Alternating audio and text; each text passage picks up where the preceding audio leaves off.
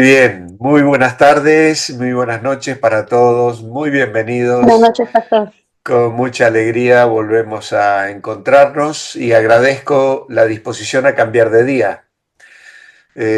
Como sabéis, la mayoría, yo el viernes me olvidé de avisarlo, pero mañana tengo que viajar para dar clases en un instituto bíblico, un proyecto que hay aquí en España desde hace más de 20 años, donde soy profesor ya desde sus inicios.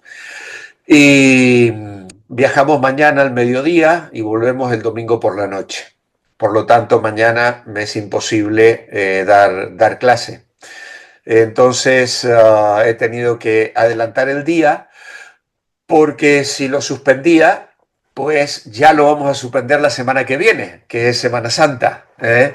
Y ahí ya jueves viajamos para Madrid al Congreso y entonces ya no será posible tener la clase el fin de semana próximo. Así que por eso preferí, dije, bueno, aunque me olvidé de avisarlo, ya la vez pasada lo pasamos al jueves y hubo una muy buena respuesta.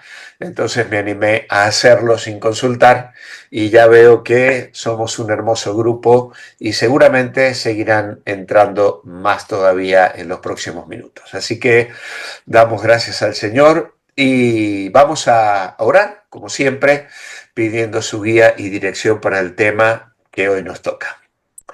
Amado Padre, queremos darte gracias por tu amor, por tu cuidado, por poder reunirnos nuevamente, Señor, a través de la distancia, pero muy cercanos en este medio tan maravilloso que tenemos a nuestro alcance. La tecnología, Señor, ha traído muchas desgracias a la humanidad, pero también bendiciones.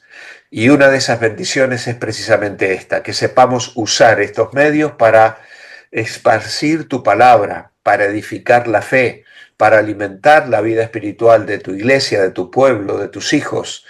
Y eso, Señor, es una maravillosa bendición, un privilegio que nos has dado y que queremos usar de la mejor manera para gloria de tu nombre y edificación de tu pueblo. Señor, esperamos la venida de Cristo, esperamos alcanzar la madurez, como dice Pablo a los Efesios, y en ese proceso estamos todos nosotros.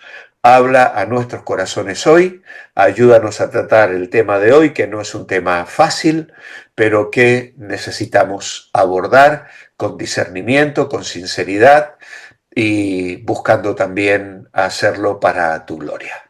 Oramos agradecidos a ti en el nombre del Señor Jesucristo. Amén. Muy bien, amados hermanos, voy a compartir entonces la pantalla para que podamos también, vamos a compartir el sonido y aquí tenemos ya nuestra pantallita preparada. Tomando decisiones sabias.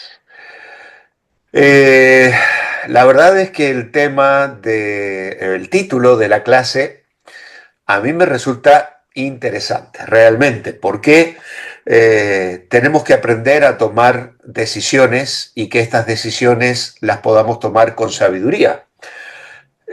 Hay un apartado en el libro que acabo de publicar de mi madre en el que cuento cómo ella tomó decisiones y cómo Dios la afirmó en esas decisiones y cómo me enseñó a mí a buscar dirección de Dios para tomar decisiones sabias. No significa que no nos podamos equivocar ni que seamos perfectos, porque en ese sentido el testimonio lo quiero compartir con toda humildad, pero claro, en el caso de la vida de mi madre, hubo momentos cruciales en su vida donde ella tuvo que tomar decisiones frente a presiones, frente a una carga que había en su corazón, y no todas nuestras decisiones revisten esa trascendencia como la que yo tomé también cuando tuve que dedicarme al pastorado.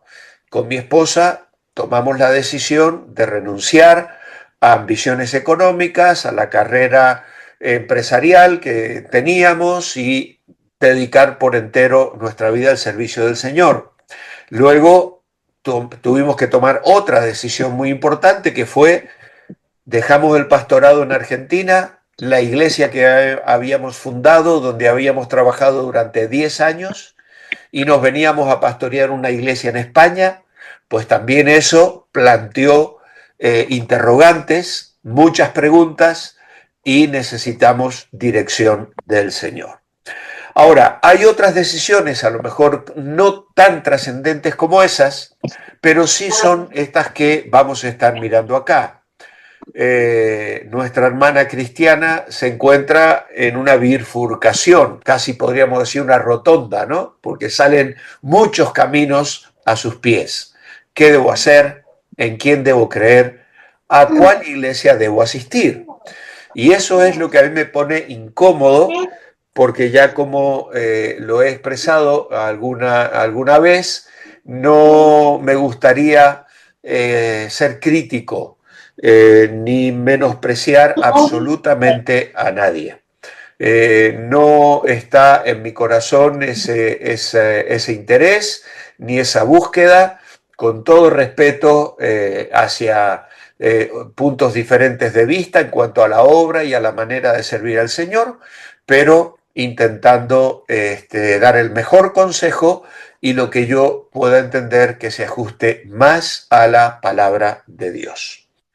Así que vamos a nuestro estudio, hacemos estas preguntas muchas veces porque el mundo en que vivimos es contradictorio y muy confuso. ¿Quién tiene la verdad? ¿Cómo podemos tomar decisiones sabias? Discernir significa distinguir una cosa de la otra.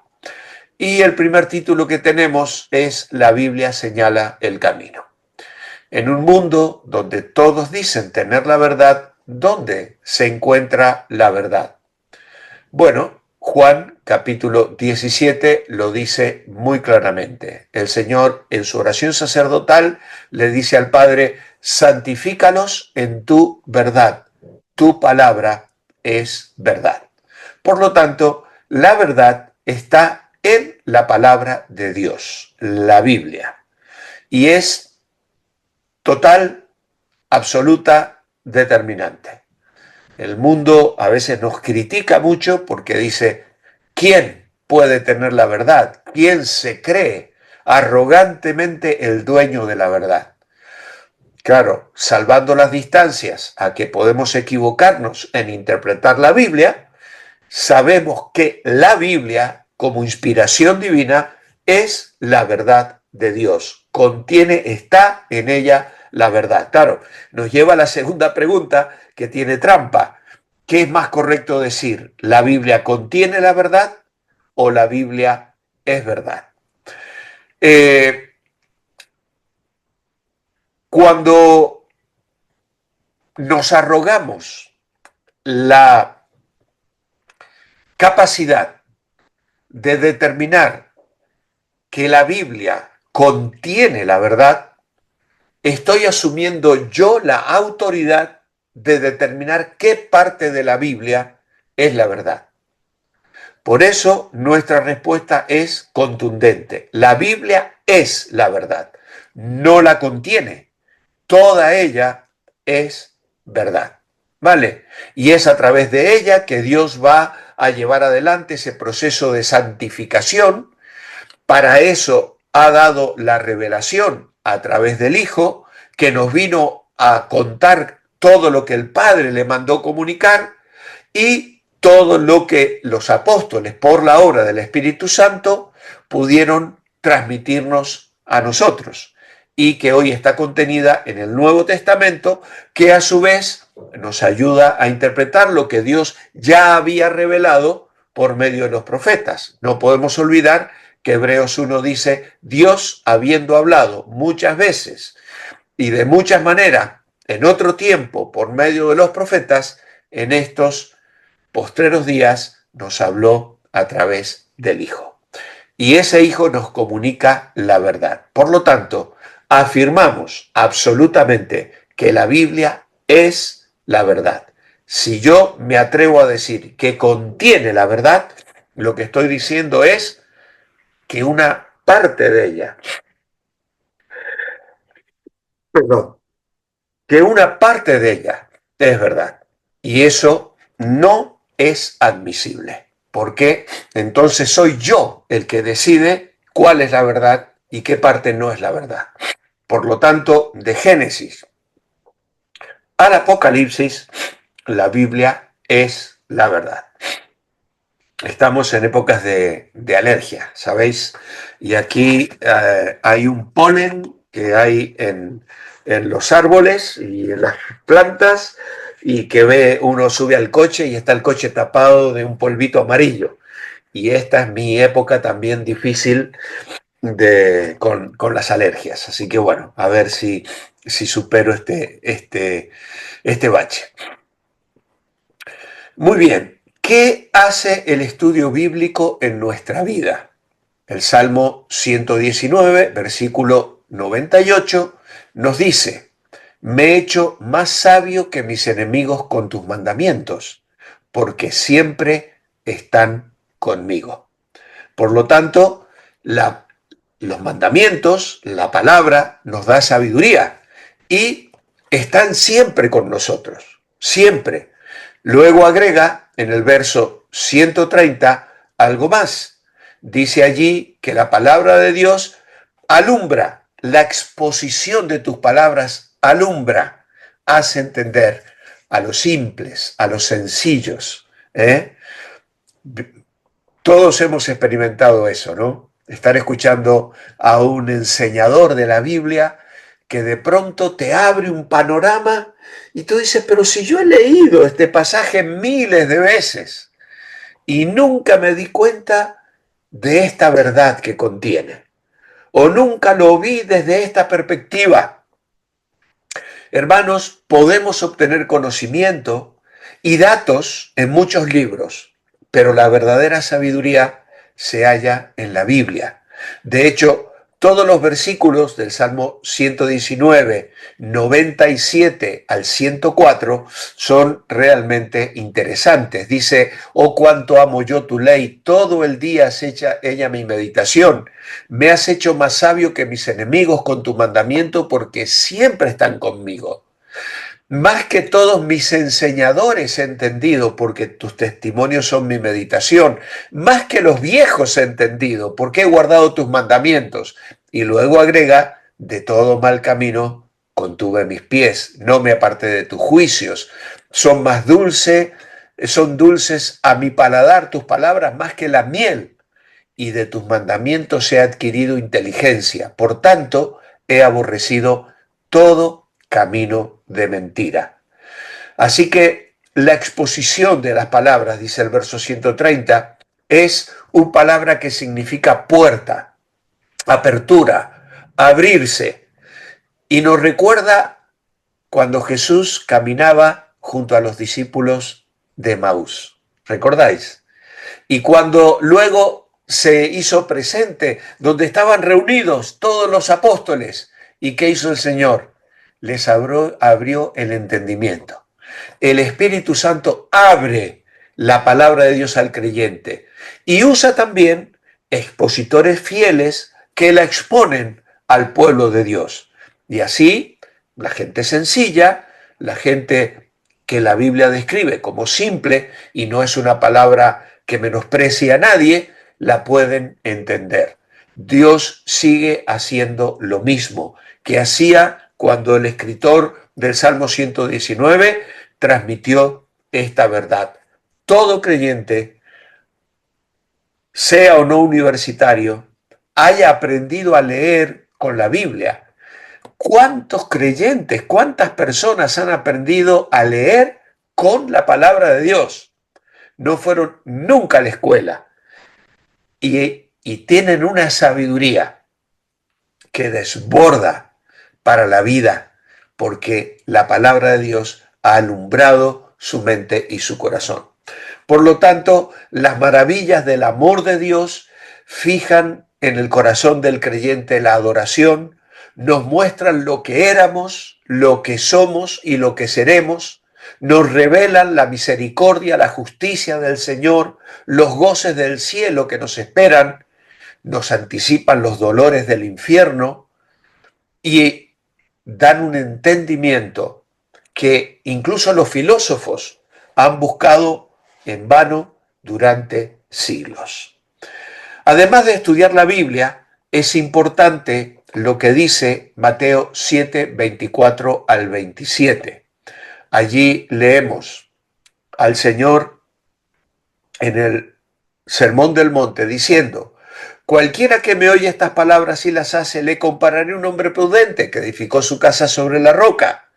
Vinieron lluvia, vinieron ríos, soplaron vientos y golpearon contra aquella casa y no cayó porque estaba fundada sobre la roca. Pero cualquiera que me oye y no las hace, le compararé a un hombre insensato que edificó su casa sobre la arena y descendió lluvia, vinieron ríos, soplaron vientos, dieron con ímpetu contra aquella casa y cayó, y fue grande su ruina. Así que el Señor dice: el que oye las palabras y las pone en práctica es como un hombre prudente que edificó su casa sobre la roca. Pero el que oye las palabras y no las pone en práctica es como un hombre insensato. ¿Cuál es la diferencia entre los que construyen sobre la roca y los que construyen sobre la arena? Bueno, edificar sobre la roca es ser un discípulo atento, que responde a su maestro, en vez de ser superficial e hipócrita. Practica la obediencia, se convierte en fundamento sólido. ¿Por qué? Porque le capacita para resistir las tormentas de la vida. Así que los primeros, la diferencia principal es que los primeros son sabios y los segundos son necios. Sobre ambos vino la tormenta por igual, pero los que la pusieron en práctica resistieron la tempestad. Y amados hermanos, no le demos vueltas. La casa aquí representa la vida espiritual. La lluvia, el juicio divino. Solamente una vida espiritual fundada en la obediencia a la palabra de Dios permanece de pie. La palabra nos llama al arrepentimiento. Y cuando aceptamos la salvación, rechazando nuestras propias buenas obras, y confiamos en el poder de salvación de la gracia de Dios a través de su provisión misericordiosa, nos asentamos sobre la roca. Pero si hay alguien que rechaza arrepentirte como una casa de naipes, la vida del necio se tambaleará. Muchas personas no buscan deliberadamente un fundamento falso o inferior sobre el cual edificar su vida, sino que simplemente no piensan en cuál es el propósito de sus vidas. Van a la universidad, tienen buenas carreras, fundan hermosas familias y les parece que todo está bien en sus vidas. Pero si falta el fundamento espiritual, sufren la amenaza de la destrucción. No por terquedad, sino por falta de reflexión. Parte de nuestra responsabilidad como creyentes es ayudar a que se detengan y reflexionen y piensen en el rumbo que le están dando a sus vidas y tengan en cuenta las consecuencias de no prestar atención al mensaje del Evangelio. Así que ese es nuestro desafío.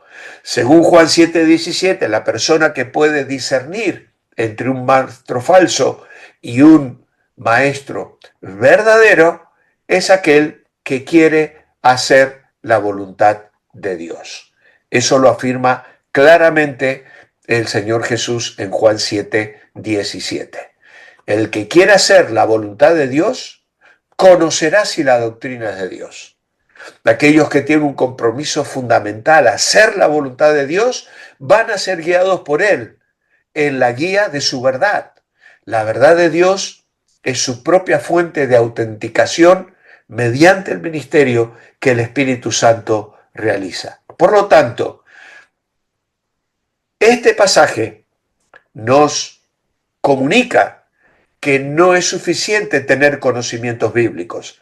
Hay que estar dispuesto a obedecer lo que Dios manda. Hermanos, he conocido muchas personas, incluso en el ámbito familiar, que decían conocer la Biblia como pocos, pero en sus vidas personales faltaba la obediencia.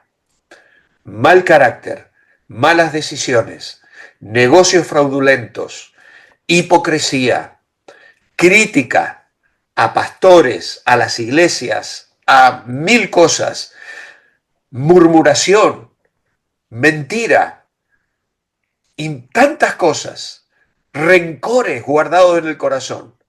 Y son personas que se han criado en la escuela dominical, que conocen la palabra, como digo, incluso les hablas de la palabra y no, si yo lo sé.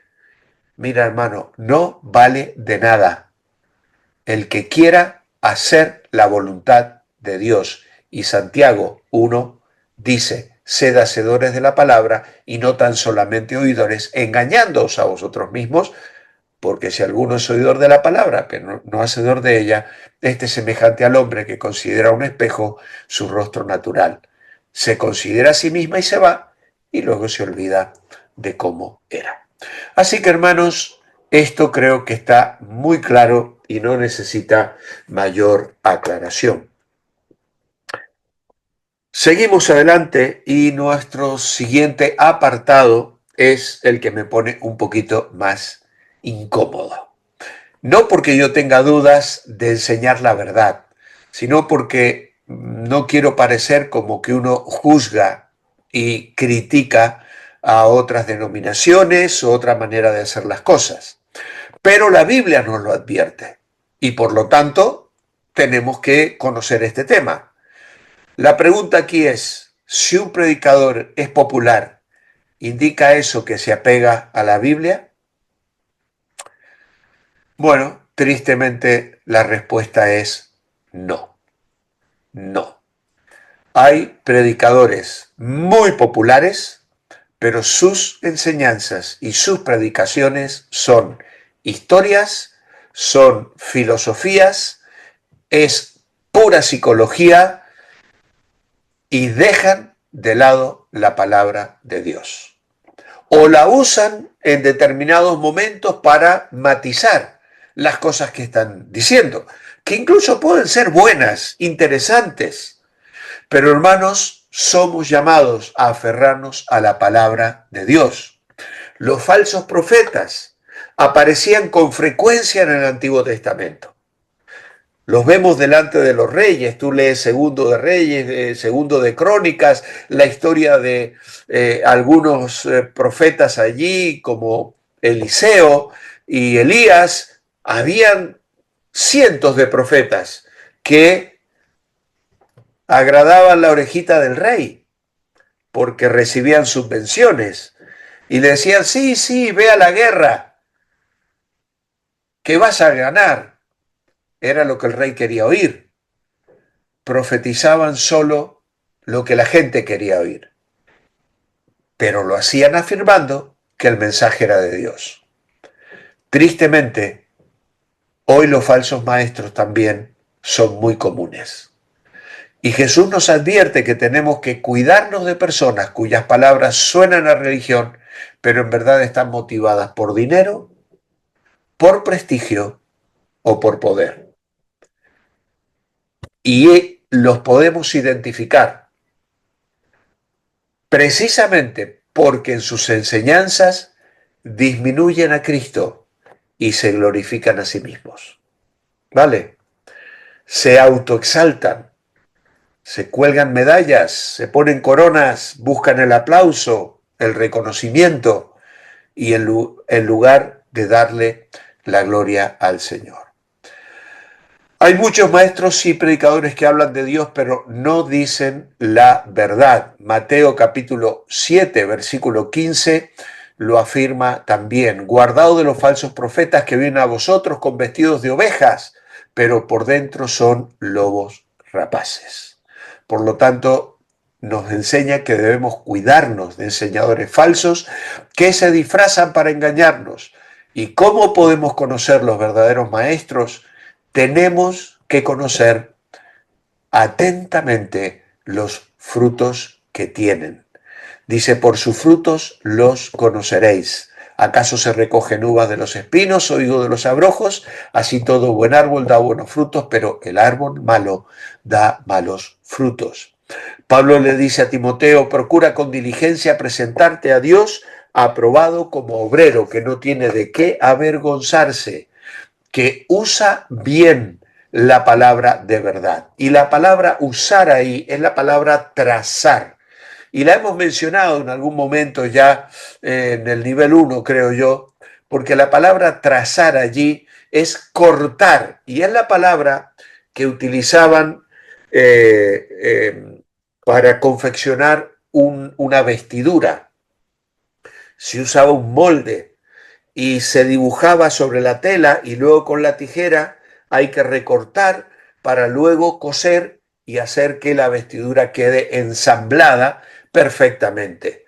Y esto es lo que le dice Pablo, que corta bien, que ensambla bien la palabra de verdad.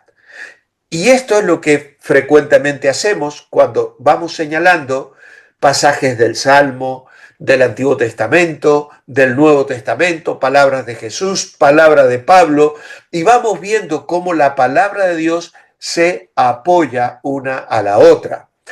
Pablo escribe a los tesalonicenses y él les dice que uno debe tener cuidado de no torcer la Biblia, usarla para sus propios fines, ni manipular a la gente. Y él les dice, que luego lo vamos a mirar con detenimiento, nuestra exhortación no procedió de error, ni de impureza, ni fue por engaño, sino que según fuimos aprobados por Dios para que se nos confiase el Evangelio, así hablamos, no como para agradar a los hombres, sino a Dios, que prueba nuestros corazones, porque nunca usamos de palabras lisonjeras, como sabéis, ni encubrimos avaricia. Dios es testigo, ni buscamos gloria de los hombres, ni de vosotros, ni de otros, aunque podíamos seros carga como apóstoles de Cristo. Es tremenda la descripción que hace el apóstol Pablo aquí. Esta declaración pudo haber sido la respuesta a acusaciones de los líderes judíos que habían agitado a las masas en Hechos 17:5 en Tesalónica y en Berea. Al predicar el Evangelio, Pablo no buscaba dinero, fama, popularidad. Él demostró la sinceridad de sus motivos cuando junto con Silas sufrió por difundir el Evangelio en Filipos. La gente se involucra en el ministerio por una variedad de razones y no todas son buenas o puras. Cuando quedan al descubierto sus motivos erróneos, toda la obra de Cristo sufre. Por lo tanto, debemos involucrarnos en el ministerio por amor a Cristo y a las personas, como lo hizo el apóstol Pablo. Y entonces, él trataba de persuadir a la gente, pero lo hacía para que aceptaran el Evangelio. No intentaba disfrazar el mensaje, no los adulaba, no usaba lisonjas, es decir, no les acariciaba la espalda, ni les contaba historias bonitas, no cambió su mensaje para hacerlo más aceptable, pero sí utilizó métodos concretos para comunicarse con la audiencia en una manera que fuese comprensible en el contexto en que Pablo se encontraba, pero nunca comprometió la verdad del Evangelio. Tristemente tenemos que contestar a la pregunta 11 diciendo que hay predicadores que usan mal la palabra. ¿Cómo nota que lo hacen? Porque buscan agradar a la gente, o quieren ganar dinero, o buscan fama y éxito personal. ¿Vale? Así que lo dejo un momentito aquí antes de avanzar para que lo podáis cubrir. Los predicadores que usan mal la palabra, generalmente vamos a notar que intentan seducir a las personas, que rebajan el contenido del Evangelio, que hacen la vista gorda ante ciertos pecados de la gente, no quieren confrontar a las personas porque claro, les va a incomodar y van a dejar de venir a la iglesia y vamos a tener menos ofrendas. Hermanos, cuando hay este tipo de connotación en la vida de una iglesia, puedes ir buscándote otra, porque allí sin duda la verdad no está siendo una prioridad y la gloria de Dios no está siendo lo primero que se busca. ¿Qué decir si hay una búsqueda de ganancia material o simplemente el éxito o la fama personal? El siguiente párrafo es precisamente un bosquejo en base a Primera Tesalonicenses 2, 3 al 6. Y aquí, aquellos que tomasteis conmigo Primera Tesalonicenses, que ya lo enseñé desde la Iglesia Revive, las clases de Primera Tesalonicenses están todas colgadas en el canal de YouTube de la Iglesia Revive y en mi canal personal también las podéis encontrar en el apartado Estudios Bíblicos. Hay allí un montón de charlas sobre Primera Tesalonicenses, pues compartí este bosquejo. ¿Por qué? Porque Pablo quería ganar gente para Cristo. Y de hecho es lo que le recuerda a los tesalonicenses. Dice en el capítulo 2, veníamos de Filipos, allí nos habían azotado, habíamos estado en el calabozo, nos habían tratado como criminales. Y cuando llegamos a Tesalónica, no cambiamos la estrategia. Fuimos de frente y ¿con qué lo hicimos? Con un mensaje aprobado. La palabra nuestra exhortación no procedió de error, dice el verso 3, porque nuestra exhortación no procedió de error, ni fue de impureza. La palabra exhortación es paraclesis y tiene que ver con el consuelo, un llamamiento al lado de uno a venir en ayuda de uno. Y no es necesariamente una palabra de reprensión, es una palabra de estímulo, es apremiar a alguien para que siga un curso de conducta en relación al futuro. Y dice, nuestra exhortación, es decir, llegamos junto a vosotros para animarnos a seguir en un camino que os garantizara un futuro mejor. Nuestra exhortación, dice, no procedió de error. Es decir, fue un mensaje sin error. Y aquí significa sin abandonar el camino recto, sin maña de hombres con propósitos engañosos. No era algo contrario a la verdad. Los judaizantes lo acusaban a Pablo de esto, pero su mensaje contrastaba con el de los engañadores. Él enfatiza su mensaje en Efesios 4, en 2 Corintios 4. Él va a hablar acerca de la pureza de ese mensaje. Un mensaje sin error, un mensaje sin impureza, sin inmundicia, sin inmoralidad. Dice, nuestra exhortación no procedió de error ni de impureza. Y la palabra impureza es prostitución espiritual, inmoralidad, basura. Claro, hay quienes sugieren que se malinterpretaba el beso de la paz, o cuando los apóstoles hablaban de una fiesta de amor, que era la cena del Señor. Los paganos, con mentes depravadas, leían en esas frases cosas corruptas. Y tristemente, hoy la sensualidad de las falsas doctrinas están a veces asociadas a ese lenguaje de amor que solemos usar en el ambiente del Evangelio. Pero, amados hermanos, el mensaje de Dios y de la palabra debe ser puro. Él enfatiza aquí no solo el mensaje, que no era con error, sino la pureza, el motivo y el método. Dice, ni fue por engaño. Engaño. Y la palabra engaño significa sin trampa o cebo. Es, bueno, ya sabemos lo que es una trampa, ¿no? O un cebo. Yo voy aquí al muelle en Bueu, que tengo a 300 metros de casa, y veo cómo utilizan a veces lombrices y a veces unos cebos que tienen una lucecita y le echan para sacar los calamares, los chocos, los pescados que que pretenden atrapar, ¿no?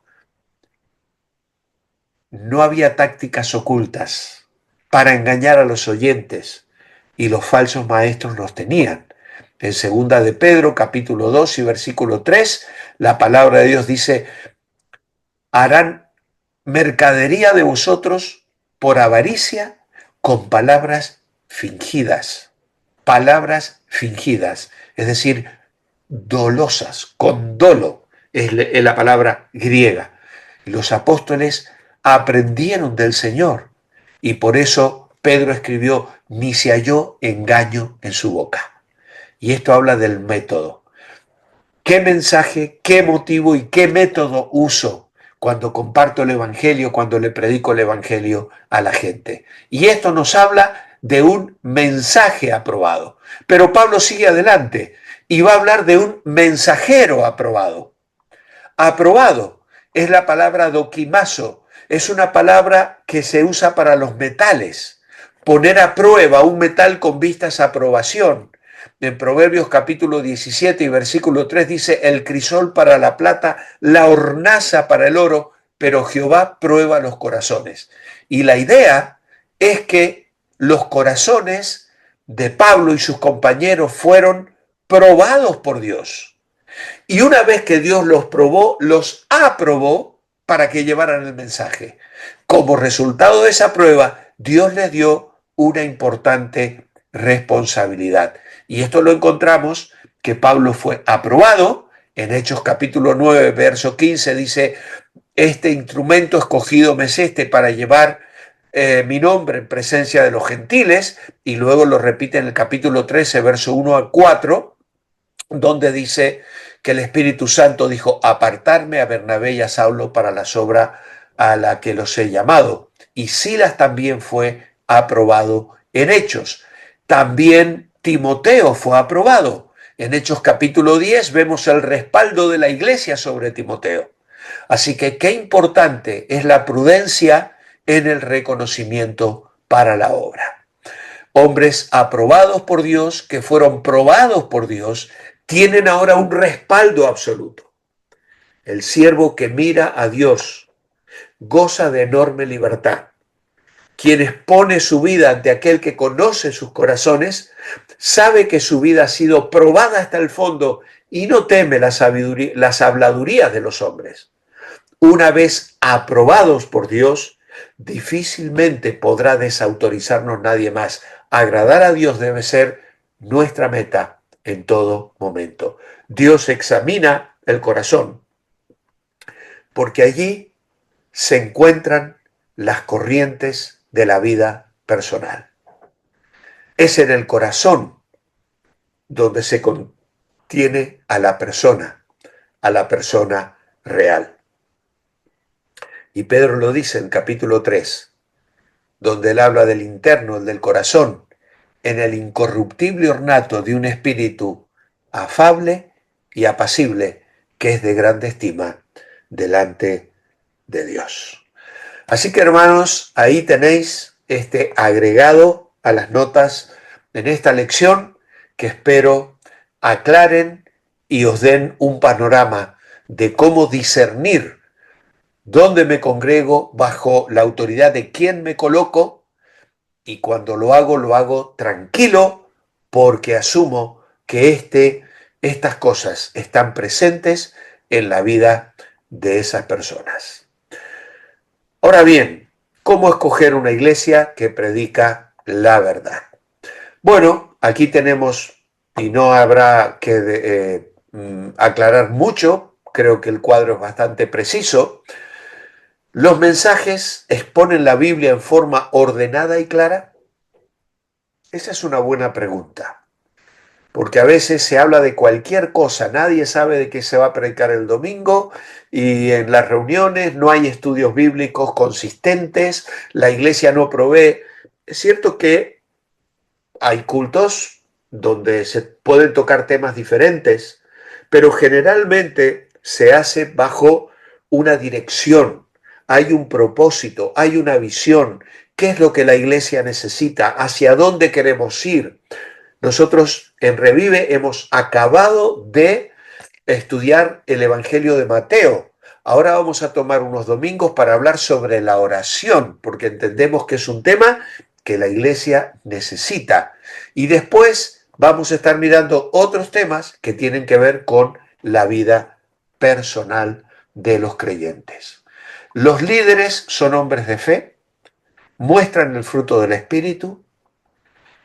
Hay que aceptar lo que el predicador dice sin pensar por sí mismo. Me he enterado de una iglesia cercana donde los líderes de la iglesia han obligado a los miembros a firmar un documento en el que los miembros prometen que si algún día deciden irse de la iglesia, solo se van a ir a la iglesia que el pastor le diga que tienen que ir. Fijaos lo que le están haciendo firmar. Es decir, están diciendo que esos miembros de la iglesia nunca van a tener la madurez suficiente para decidir por sí mismos. Son ellos los que tienen que decidir. Es una contradicción. Es decir, si yo te hago prometer a ti que nunca vas a tomar una decisión sin que yo te diga que sí, entonces lo que estoy diciendo es, mira, nunca vas a crecer. Siempre vas a estar aplastado bajo mi manera de ver las cosas, de ver la vida, de entender la obra. ¿Qué significa eso, hermanos? ¿A dónde estamos llegando? Eso tiene aspectos de secta. Secta. Se manipula a las personas y se les engaña haciéndoles firmar semejante barbaridad. Pues eso aquí cerquita en una iglesia de Galicia. Así que lo que estamos hablando no es algo inventado. ¿Existe la manipulación? ¿Existe la manipulación? Pues tienes que responder. ¿Sientes que manipulan? ¿Los creyentes de esta iglesia se preocupan los unos por los otros? Es muy interesante esto, ¿eh? Hay oración, hay compañía, hay consejo, hay interacción. ¿Predomina la enseñanza bíblica por encima del emocionalismo o todo tiene que ver con emocionarse, con llorar y que si no hay lamentos y cosas extraordinarias, pues parece que no hemos sentido la presencia del Espíritu? Hay veces que sí, que lloramos, que nos emocionamos, pero hermanos, a veces la enseñanza bíblica no está revestida de situaciones lacrimógenas, ¿eh? No necesariamente. Animan a los creyentes a estudiar la Biblia por sí mismos. En esta iglesia alaban a Cristo más que a los que ministran, o se está buscando que siempre los aplausos sean para los que están arriba del púlpito. ¿Los mensajes edifican o solo regañan? Porque a veces solo se regaña, solo palo, palo, palo, siempre hablando negativo, siempre riñendo a la gente, siempre corrigiendo y nunca dando palabra de ánimo, promesas, desafiando, bendiciendo. Y finalmente, enfatizan la gracia por encima de las reglas o todo el legalismo. No hagas, no hagas, no hagas. Ya vimos la clase pasada, ¿debo hacerlo o no? Así que aquí tenemos entonces una serie de preguntas que nos pueden ayudar a tomar una determinación. Interpretando la Biblia, ¿por qué hay tanta confusión en cuanto al significado de algunos pasajes? Bueno, pues aquí tenemos también algunos consejos sencillos. Hay que leer la Escritura con la mente abierta a lo que el Espíritu Santo nos quiere decir, sin prejuicios o ideas preconcebidas. ¿Vale? Hay que ir a la palabra de Dios y decir, Señor, háblame hoy, ayúdame a discernir. Segundo, interprete la Biblia literalmente. Hay que entender las palabras en su sentido normal. No trate de espiritualizar o buscar significados escondidos. La Biblia dice lo que dice, hermanos. No siempre tenemos que estar dándole vueltas para encontrar, a ver qué hay detrás de esto. Hay una interpretación literal. Tome en cuenta el contexto del versículo, que trata de interpretar el contexto, se refiere a los versículos que vienen antes y después. Si no tomamos en cuenta el contexto, se puede torcer la interpretación. ¿Vale? Esto es muy importante porque a veces se saca un versículo y no se mira lo que decía antes ni lo que decía después. Y se le hace decir a la Biblia lo que en realidad no dice. Luego la Biblia se interpreta a sí misma, es decir, comparando un pasaje con otros. Lo que dicen otros pasajes nos puede ayudar a entender el que estoy leyendo. Y esto quiere decir que hay que interpretar un pasaje difícil a la luz de otros pasajes más claros. Hay algunos textos complicados en algunos lugares de la Biblia, especialmente en Hebreos, y necesitamos la luz que otros pasajes de la Biblia arrojan sobre esos textos que a veces nos causan confusión. Y luego tome en cuenta el uso de figuras de lenguaje, como metáforas, símiles, analogías, hipérboles, etc. Por ejemplo, cuando Cristo dijo, soy el camino, él estaba hablando en un sentido figurado. Él no estaba diciendo que es un camino literal que tenemos que caminar arriba de él. Él estaba diciendo, soy el camino, la verdad y la vida. Y así hay muchas otras metáforas. El Señor es mi pastor, nada me faltará. Hay símiles cuando se usa la palabra como, analogías, hipérboles, es decir, exageraciones. Todo esto son figuras de lenguaje y debemos conocerlas porque nos ayudan a interpretar la palabra de Dios.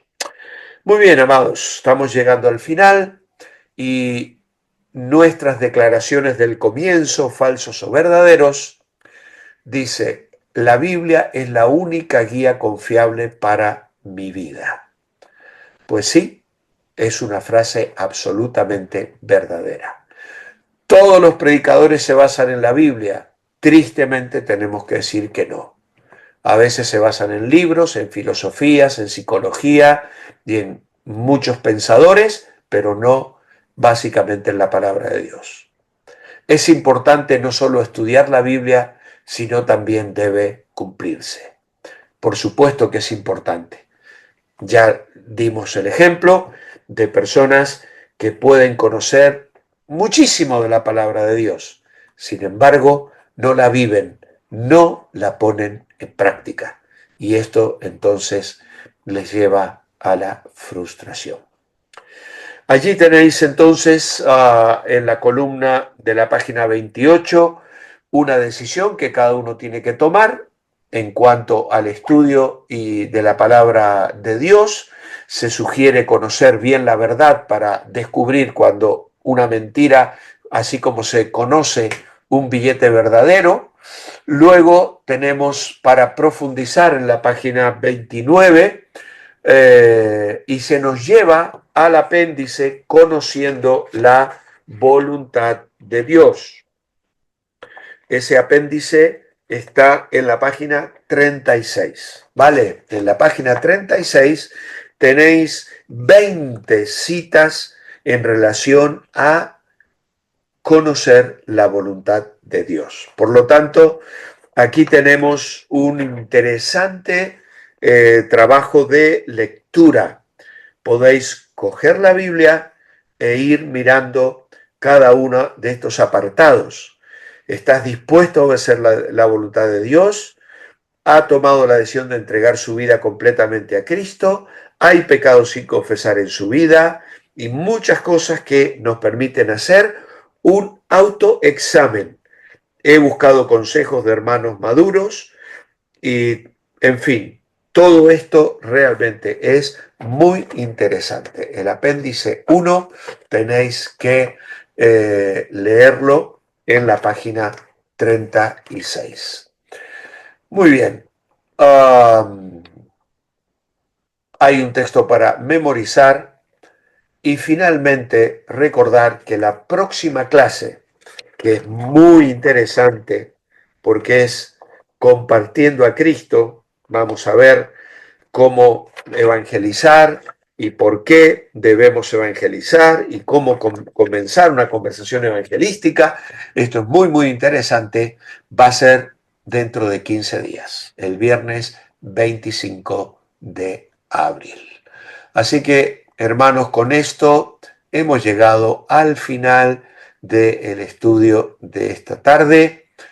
Ya noche, ha caído la noche aquí en Galicia, en Bueu, y quizá hay alguna consulta, alguna pregunta o algún comentario. Bueno, muchas gracias. Vale, hermanos, pues nada, muchas gracias a todos por la paciencia, por la constancia y mañana os enviaré el enlace a YouTube y el audio de esta clase y Dios mediante dentro de 15 días, en día viernes, nuevamente nos volvemos a encontrar para la próxima clase.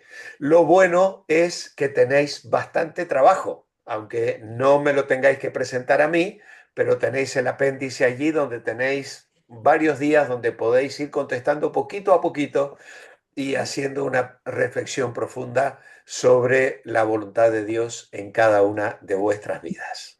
Señor, gracias te damos por tu palabra. Ayúdanos a vivir en la verdad.